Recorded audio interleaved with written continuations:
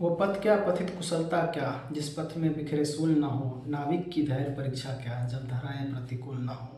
Ladies and gentleman, my self Subhash Kumar Suman, I got 660 out of 720 इन 2024 और मेरा chemistry में score था 160 आउट ऑफ 180। अगर बात किया जाए केमिस्ट्री में 3 पार्ट होता, organic, inorganic and physical chemistry. मेरा ऑर्गेनिक में 100% स्कोर था, इनऑर्गेनिक में 100% स्कोर था, फिजिकल केमिस्ट्री में 4 क्वेश्चन गलत हुआ था। ठीक है, सो ओवरऑल मेरा स्कोर रहा था 160 आउट ऑफ 180। वीडियो स्टार्ट करने से पहले आप सभी से एक हम्बल रिक्वेस्ट है, आप मेरे इस चैनल को सब्सक्राइब कीजिए और अगर वीडियो अच्छा लगे तो लाइक कीजिए, कमेंट कीजिए, शेयर कीजिए, सब्सक्राइब कीजिए। ठीक है, चलिए स्टार्ट करते हैं अपन वीडियो। जैसा कि आप सभी थंबनेल से देख चुके होंगे कि हम इस वीडियो में हम बात करने वाले हैं केमिस्ट्री में 150 या 150 से एबव स्कोर कैसे करें। ठीक है, इस बार हम सभी जानते हैं कि नीट 3 मई को होने वाला है, यानी करीब करीब 2 महीना बाकी है। तो इस 2 महीना में अपने को केमिस्ट्री में मैक्सिमाइज करना है स्कोर को। 185 की 160, 170, इवन 180 भी पॉसिबल है। वो कैसे पॉसिबल है आज वो बात करने वाले हैं। ठीक है, और 2 महीने में ये किया जा सकता है, क्योंकि आप हर साल तो ऐसा तो नहीं कि कुछ नहीं आता है, आता है, बट उसको कैसे करना ये नहीं पता होगा आपको। वही हम इस वीडियो में आपको बताने वाले हैं और आप इस वीडियो को लास्ट तक देखिए, आपको डेफिनेटली फ़ायदा होगा, क्योंकि हम अपना सक्सेस स्टोरी इसी चीज़ को फॉलो किए तो ही सक्सेस हुए। तो चलिए बताते हैं। देखिए, केमिस्ट्री में 3 पार्ट है, organic, inorganic and physical chemistry. सबसे पहले बात करते हैं ऑर्गेनिक। ऑर्गेनिक में अपन क्या करते हैं, 3 पार्ट में उसको डिवाइड करते हैं। पहला जीओसी फर्स्ट, दूसरा जीओसी सेकंड और तीसरा बायोमोलिकुलर एंड पॉलीमर। सबसे पहले बात करते हैं जीओसी फर्स्ट। तो जीओसी फर्स्ट में बेसिकली क्या है, आपको inductive effect and mesomeric effect तथा एरोमेटिसिटी। सबसे पहले बात करते हैं इंडक्टिव इफेक्ट। इंडक्टिव इफेक्ट में क्या है, प्लस आई और माइनस आई, इसका कुछ ऑर्डर दिया हुआ है। ठीक है, वो याद रहना चाहिए, क्योंकि ये डायरेक्टली कई बार एग्जाम में पूछ लिया जाता है। पीवाईक्यू दीजिएगा, देखिएगा तो आपको एक बार शायद 2018 में पूछा हुआ है। ठीक है, डायरेक्टली प्लस आई या माइनस आई का कुछ ऐसा ऑर्डर पूछा हुआ है। सो आपको डायरेक्ट वो ऑर्डर याद होना चाहिए। आपको डायरेक्ट ऑर्डर याद होगा तो क्वेश्चन में उसको डायरेक्ट इंप्लीमेंट कीजिएगा और उससे आपको बेनिफिट होगा। ठीक है, दूसरा क्या है, आपको मेसोमेरिक इफेक्ट, जिसे रेजोनेंस इफेक्ट भी बोलते हैं, जिसे प्लस आर और माइनस आर के हिसाब से भी बोलते हैं, प्लस एम माइनस एम भी बोलते हैं। इसका भी कुछ ऑर्डर है, वो याद होना चाहिए। ठीक है, और एरोमेटिसिटी का कुछ रूल है, वो याद होना चाहिए। ठीक है, अब क्या करना है, ये सारा याद हो गया। इस पर से जो कॉपी का जितना क्वेश्चन करवाया हुआ है वो सबको अपने से एक बार नहीं 3-3 बार क्या कि क्वेश्चन उसको सॉल्व कर लीजिए। एक बार नहीं 3 बार उसको सॉल्व करना है, तो जाके वो आपको टिप ऑफ द टंग हो जाएगा। ठीक है, उस पर से आता है GOC2। GOC2 में क्या करना है आपको, बेसिकली बच्चा को GOC1 में प्रॉब्लम नहीं होता, GOC2 में प्रॉब्लम होता है। GOC2 मतलब रिएक्शन। ठीक है, तो बच्चा को क्या होता है कि GOC2 में प्रॉब्लम होता है, क्योंकि उसको रिएक्शन तो पता ही नहीं चलता, उसका रिएक्शन मैकेनिज्म याद करे कि कैसे क्या करे, कुछ समझ में नहीं आता है, एकदम खिचड़ी बन जाता है। चलिए इस खिचड़ी को अपन सेपरेट करके बताते हैं। एक एग्जाम्पल से स्टार्ट करते हैं, जैसे कि वुर्ज रिएक्शन। वुर्ज रिएक्शन क्या कहता है, when alkyl halide react with sodium iodide in dry acetone, तो क्या बनता है, हायर अल्केन। अब क्या करता है, बच्चा को इतना तो याद रहता है, ठीक है, बट वो क्या करता है, मैकेनिज्म भी इसका क्या करता है, पूरा आपको वो सीखने चल पड़ता है। देखिए, आपको अगर आता है अच्छी बात है, नहीं आता है तो इसके लिए टेंशन नहीं लेना है। रिएक्शन मैकेनिज्म का टोटल प्रोसेस नहीं याद होना चाहिए आपको। ठीक है, अगर याद हो तो अच्छी बात है, बट नीट में आपको स्कोर करने के लिए पूरा अगर नहीं भी आता है ना, तो भी जैसे 15 क्वेश्चन अगर ऑर्गेनिक्स आया है तो आप आराम से 14 क्वेश्चन कर दीजिएगा, इवन 15 भी कर सकते हैं। कैसे वो बताते हैं, देखिए कोई भी रिएक्शन होगा उसमें 3 स्टेप होगा। पहला स्टेप क्या होगा, चेन इनिशिएशन, दूसरा स्टेप क्या होगा, चेन प्रोपागेशन, और तीसरा स्टेप क्या होगा, चेन टर्मिनेशन। हमेशा एक्सेप्ट 0.1% केस जो मेन प्रोडक्ट बनता है आपको चेन प्रोपागेशन स्टेप में बनता है, और जो बाई प्रोडक्ट बनता है वो चेन इनिशिएशन या फिर चेन टर्मिनेशन स्टेप में। तो आपको याद कर क्या क्या रखना है, जैसे कि वुर्ज रिएक्शन है, तो वुर्ज रिएक्शन में क्या याद रखना है कि अल्काइल हैलाइड जब रिएक्ट करता है सोडियम आयोडाइड के साथ इन द प्रेजेंस ऑफ ट्राइसीटोन, तो हायर अल्केन का फॉर्मेशन करता है। और कौन सा मैकेनिज्म को फॉलो करता है, फ्री रेडिकल। बस इतना याद है ना, सफिशिएंट। ठीक है, इससे आपका 15 में से 14 क्वेश्चन सॉल्व हो जाएगा, और मोस्ट ऑफ द केस में 15 में से 15 भी सॉल्व हो जाएगा। तो अपने को पूरा मैकेनिज्म नहीं याद रखना है, सिर्फ एक चीज़ याद रखना है, कौन सा मैकेनिज्म प्रोसेस को फॉलो कर रहा है। वो फ्री रेडिकल यहाँ पे फॉलो कर रहा है, कोई रिएक्शन कार्बोकेटाइन को फॉलो करेगा, कोई रिएक्शन कार्बोएनाइन को फॉलो करेगा। अपने लोग को सिलेबस में बेसिकली 3 ही मैकेनिज्म को पढ़ाया गया है, कार्बोकेटाइन, कार्बोएनाइन एंड फ्री रेडिकल्स। ठीक है, ऐसे याद होंगे।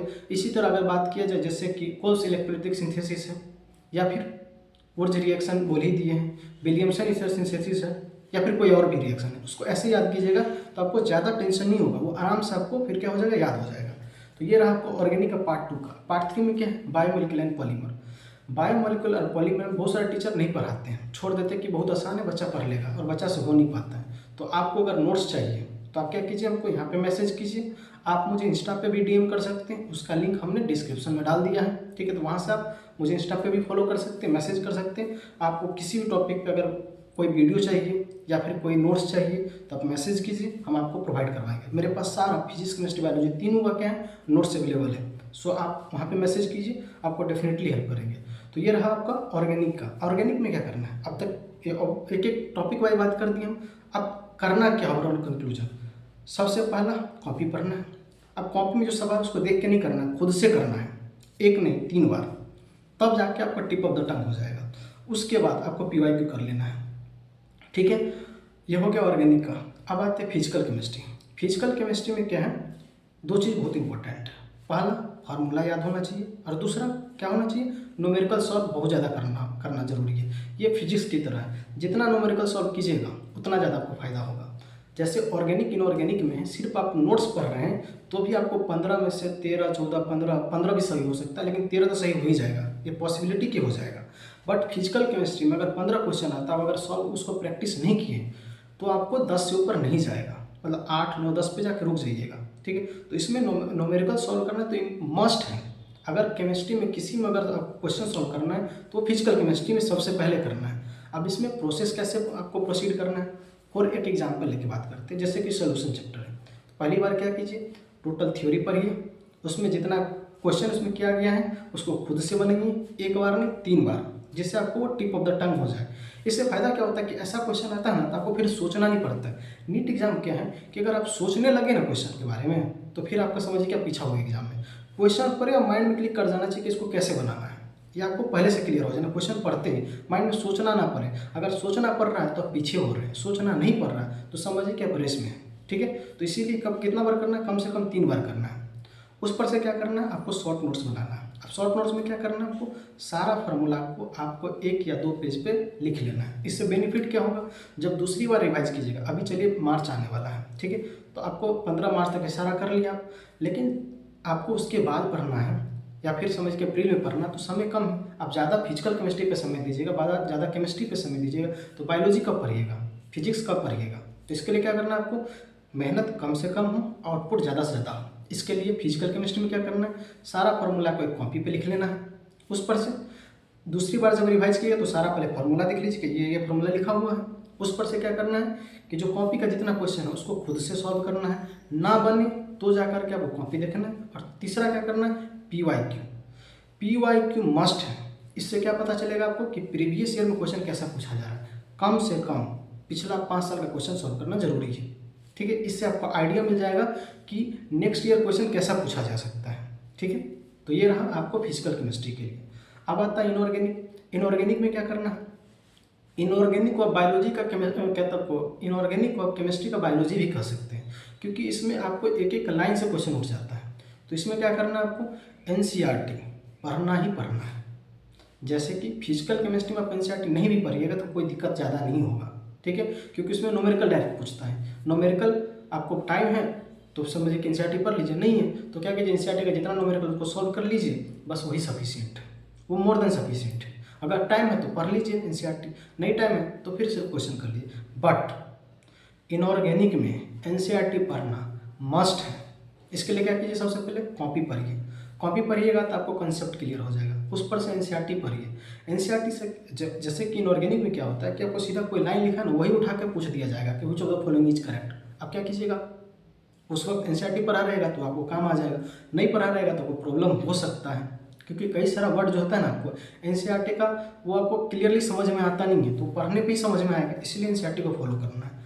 अब इसमें भी क्या है, अपने को कौन सा चैप्टर पे कितना समय देना चाहिए, इसके लिए क्या करते हैं, सबसे पहला पीरियोडिक टेबल में देखिए इंपॉर्टेंट टॉपिक सब जो है ना उसको पहले कवर करना है किसी भी सब्जेक्ट में, ऑर्गेनिक, इनऑर्गेनिक, फिजिकल केमिस्ट्री तीनों में, ठीक है।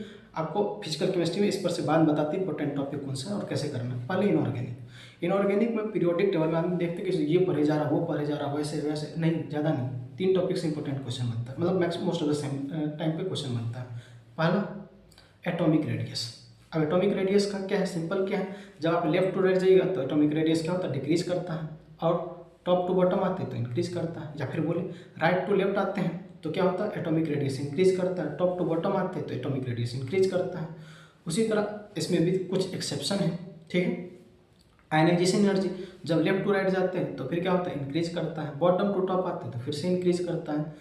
इलेक्ट्रॉन गैन एंथैल्पी उसमें भी जब लेफ्ट टू राइट जाते हैं तो इंक्रीज करता है, बॉटम टू टॉप आते हैं तो इंक्रीज करता है विथ सम एक्सेप्शन। तो वो एक्सेप्शन को याद रखना है। बस ये पीरियोडिक टेबल में 3 कर लिए ना आप, तो आपको अगर समझिए कि 10 क्वेश्चन आता है ना, फॉर एग्जांपल कोई टेस्ट में 10 क्वेश्चन आया तो 7 से 8 क्वेश्चन यहीं से आएगा, और ये कुछ ज़्यादा है ही नहीं, 5 मिनट से 10 मिनट सफिशियंट है, ठीक है। उस पर से बॉन्डिंग, किसी चैप्टर को इनऑर्गेनिक में सबसे अच्छे से पढ़ना है तो बॉन्डिंग है, क्योंकि बॉन्डिंग ही बेस बनेगा आपको किसका, कोऑर्डिनेशन कंपाउंड का, पी ब्लॉक का, समझ रहे हैं आप। तो आपको बॉन्डिंग को सबसे अच्छे से पढ़ना है और एनसीईआरटी भी इसका पढ़ना है। और इसमें क्वेश्चन एक बार लगा लीजिए आपको कॉपी का और पीवाईक्यू सफिशियंट है, ठीक है। इसमें भी 2 टॉपिक बहुत इंपॉर्टेंट है, पहला हाइब्रिडाइजेशन, दूसरा बॉन्ड ऑर्डर। हम बॉन्ड ऑर्डर का कुछ ट्रिक आपको हम अभी शॉर्ट वीडियो बना के आपको हम डाल देंगे। उस पर से क्या पढ़ना है आपको, कोऑर्डिनेशन कंपाउंड। उसमें भी क्या है, 3 चीज़ें, आपको हाइब्रिडाइजेशन आना चाहिए करना, क्योंकि most of the time hybridisation ही पूछता है। दूसरा, जब क्या बोलते हैं वहाँ पे लास्ट में जाते हैं तो आपका आइसोमेरिज्म है, उसमें भी सारा आइसोमेरिज्म का जरूरत ही नहीं, वो पूछेगा MA6 टाइप का जो होगा उसका टोटल GI कितना होगा, MA4 B2 का कितना होगा, इस टाइप का कुछ दिया रहेगा, ठीक है। तो ये टाइप याद रखना है, उसका टोटल GI, बस put the value get the result, answer खत्म। उस पर से 4 ट्रांसफर स्पेक्ट्रा तथा DD ट्रांजिशन, ये आपको खत्म हो जाता है क्या, कोऑर्डिनेशन कंपाउंड। और इसमें आपको PYQ भी बना लीजिए, कॉपी का भी सारा बना लीजिए, और जो आपको मटेरियल दिया हुआ है वो भी सॉल्व कर लीजिए। बॉन्डिंग में आप सिर्फ PYQ और आपका नोट्स बना लीजिएगा, सफिशिएंट है। उसी तरह पी ब्लॉक में कॉपी पढ़ लीजिए, NCERT पढ़ लीजिए, कॉपी का जो सवाल है वो, NCERT का जो सवाल है वो, और PYQ, that's more than sufficient. ज़्यादा क्वेश्चन सॉल्व करोगे अभी समय नहीं है, 2 महीना आपको लग रहा होगा, लेकिन 2 महीने कैसे निकल जाएगा पता ही नहीं चलेगा आपको। इसीलिए आपको मिनिमम तौर तरीके से करना है जिससे आप मैक्सिमम स्कोर कर सकें, ठीक है। अब बात किए थे क्या कि फिजिकल केमिस्ट्री को कैसे पढ़ें, तो पहले बता दी, शॉर्ट वीडियो क्वेश्चन बनाना है। स्टार्ट कैसे करना, सबसे पहला जो आपको बात करते हैं मोल कंसेप्ट है, इसका सारा फार्मूला, ठीक है, वो आपको शॉर्ट नोट्स में तो पहले बोल दी बना लेने के लिए, और थोड़ा PYQ कर लीजिए। ये थोड़ा, चूँकि मोल कंसेप्ट को हर चैप्टर में यूज होगा, सो आपको मोल कंसेप्ट अच्छे से आना चाहिए। उस पर से क्या करना है कि 2 चैप्टर फिजिकल केमिस्ट्री में टफ माना जाता है, कौन कौन सा, आयनिक इक्विलिब्रियम तथा इलेक्ट्रोकेमिस्ट्री, ठीक है। इसमें क्या करना है, ये दोनों को लास्ट में पढ़ना है। उससे पहले किसको पढ़ना है, थर्मोडायनेमिक्स बहुत आसान है, सोल्यूशन बहुत आसान है, केमिकल इक्विलिब्रियम बहुत आसान है, एटॉमिक स्ट्रक्चर बहुत आसान है, इस सबको पहले पढ़ लेना है। बाद में किसको पढ़ना है, आयनिक इक्विलिब्रियम एंड इलेक्ट्रोकेमिस्ट्री। उसमें भी पहले किसको पढ़ना है, आयनिक इक्विलिब्रियम देन इलेक्ट्रोकेमिस्ट्री, क्योंकि आयनिक इक्विलिब्रियम का यूज हो जाता है कभी कभी इलेक्ट्रोकेमिस्ट्री भी, ठीक है।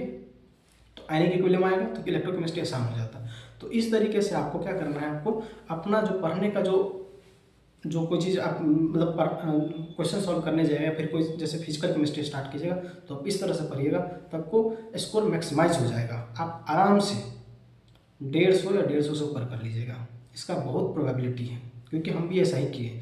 मेरा ILM में टेस्ट में 180 आउट ऑफ 180 भी आया, नीट में 160 था, ये बात सही है, क्योंकि मेरा 4 क्वेश्चन फिजिकल केमिस्ट्री में वो कैलकुलेशन एरर हो गया, तो whatever the reasons, but मेरा 160 ही रहा, ठीक है।